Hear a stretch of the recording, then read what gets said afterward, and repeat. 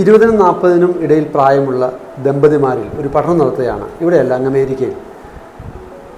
ജീവിതത്തിൽ ഏറ്റവും കൂടുതൽ ബുദ്ധിമുട്ടുണ്ടാക്കിയേക്കാവുന്ന ഒരു സംഭവം അതെന്തായിരിക്കും എന്നായിരുന്നു ചോദ്യം. അവർക്ക് കിട്ടിയ ഉത്തരം ഇതായിരുന്നു: പങ്കാളിയുടെ മരണം.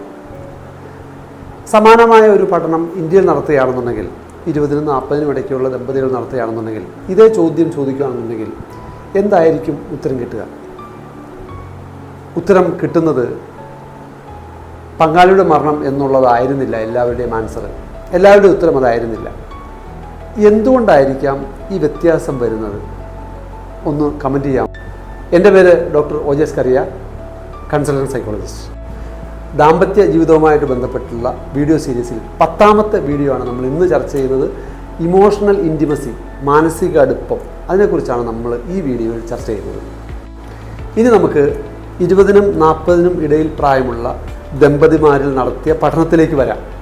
അമേരിക്കയിൽ നടത്തിയ പഠനത്തിൽ പങ്കാളിയുടെ മരണമാണ് അവർ ഏറ്റവും കൂടുതൽ ഭയപ്പെടുന്നതായിട്ട് പറഞ്ഞെങ്കിൽ, ഇന്ത്യയിൽ നടത്തിയ പഠനത്തിൽ അങ്ങനെ അല്ല. അപ്പോൾ അതിൻ്റെ കാരണം എന്തായിരുന്നു നമ്മൾ ചോദിച്ചത്?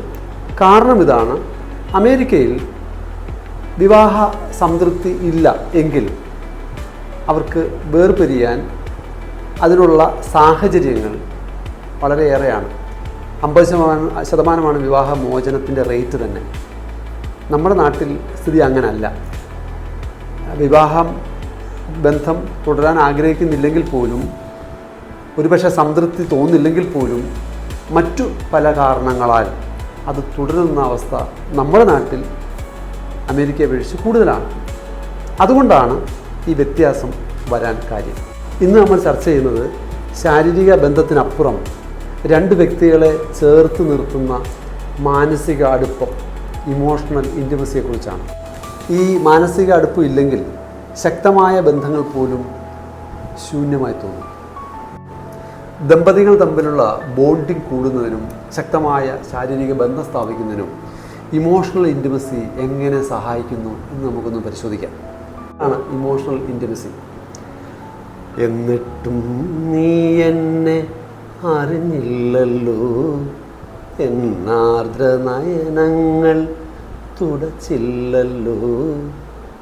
എന്നെ മനസ്സിലാക്കുന്ന ആൾ, എനിക്ക് സുരക്ഷിതത്വ ബോധം തരുന്ന ആൾ, എന്നെ വിലമതിക്കുന്ന ആൾ, ഭയമില്ലാതെ, വിധിക്കപ്പെടും എന്ന ആശങ്കയില്ലാതെ ഉള്ളിലുള്ള സ്വപ്നങ്ങളും ഉള്ളിലുള്ള ആഗ്രഹങ്ങളും ആശങ്കകളും ഒക്കെ പങ്കുവെക്കാൻ കഴിയുമ്പോഴാണ് ഇമോഷണൽ ഇൻറ്റിമസി ഉണ്ടെന്ന് പറയുക.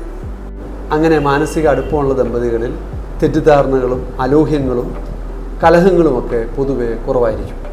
ഇമോഷണൽ ഇൻറ്റിമസിയുടെ ലക്ഷണങ്ങൾ എന്തെല്ലാമാണെന്ന് നോക്കാം.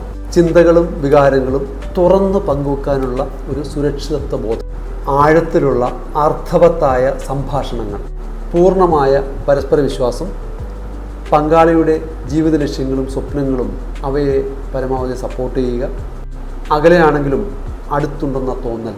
ഇനി മാനസിക അടുപ്പം എങ്ങനെ സൃഷ്ടിക്കാം, അതെങ്ങനെ നിലനിർത്താം? നമുക്ക് ചില പ്രായോഗിക വഴികൾ നോക്കാം. ഒന്ന്, തുറന്ന സത്യസന്ധമായ ആശയവിനിമയം. വികാരങ്ങളും വിചാരങ്ങളും പ്രതിസന്ധികളുമൊക്കെ തുറന്ന് സംസാരിക്കുക. ദിനചര്യകൾ മാത്രമല്ല, ഉള്ളിൻ്റെ ഉള്ളിലെ ആഴത്തിലുള്ള സ്വപ്നങ്ങളെ ചേർത്ത് പിടിക്കാൻ കഴിയണം. 2, ക്വാളിറ്റി ടൈം. ഉള്ള നടത്തമോ പാചകമോ എന്തുമാവട്ടെ, അവിടെ ക്വാളിറ്റി ടൈം, ഗുണമേന്മയുള്ള സമയം കൊടുക്കുക. മറുപടി പറയാനോ തിരസ്കരിക്കാനോ വേണ്ടി കേൾക്കാതെ വിലമതിക്കാനും മനസ്സിലാക്കാനും വേണ്ടി കേൾക്കണം. 4, കൃതജ്ഞത പ്രകടിപ്പിക്കുക. പങ്കാളിയുടെ എഫേർട്സിനെ അംഗീകരിക്കുക. വാക്കുകളിലൂടെയോ പ്രവൃത്തികളിലൂടെയോ അംഗചലനങ്ങളിലൂടെയോ നന്ദി അറിയിക്കുക. പ്രശംസിക്കേണ്ട സമയത്ത് പ്രശംസിക്കുക. 5, മാനസിക പിന്തുണ. വിജയത്തിലും പരാജയത്തിലും കട്ടയ്ക്ക് കൂടെ നിൽക്കുക. ബന്ധങ്ങളുടെ അടിസ്ഥാനം ശാരീരിക അടുപ്പത്തിലാണ് എന്ന് കരുതുന്ന പലരുമുണ്ട്. എന്നാൽ ശരിയായ അടുപ്പം ആരംഭിക്കുന്നത് മനസ്സിലും ഹൃദയത്തിലുമാണ്. ആദ്യം മാനസിക അടുപ്പം സൃഷ്ടിക്കപ്പെട്ടാൽ പിന്നെ ശാരീരിക അടുപ്പം അത് അർത്ഥവത്തായിക്കൊള്ളും, എളുപ്പമായിക്കൊള്ളും. അർത്ഥവത്തായ ദൈർഘ്യമേറിയ ദാമ്പത്യ ബന്ധത്തിന് മാനസിക അടുപ്പം ഒരു പ്രധാന ഘടകമാണ്. അതിനെ കൂടുതൽ പരിപോഷിപ്പിക്കുകയാണെങ്കിൽ ബന്ധങ്ങൾ കൂടുതൽ സമ്പന്നമാകും, ആഴത്തിലുള്ളതാകും, കൂടുതൽ മനോഹരമാകും. വീഡിയോ കണ്ടതിലും കേട്ടതിലുമുള്ള സന്തോഷം പങ്കുവയ്ക്കട്ടെ. ഇഷ്ടപ്പെട്ടെങ്കിൽ സബ്സ്ക്രൈബ് ചെയ്യാനും ലൈക്ക് ചെയ്യാനും കമൻറ്റ് ചെയ്യാനും മറക്കരുത്. അടുത്ത വീഡിയോ കാണുന്നതുവരെ ബൈ ബൈ.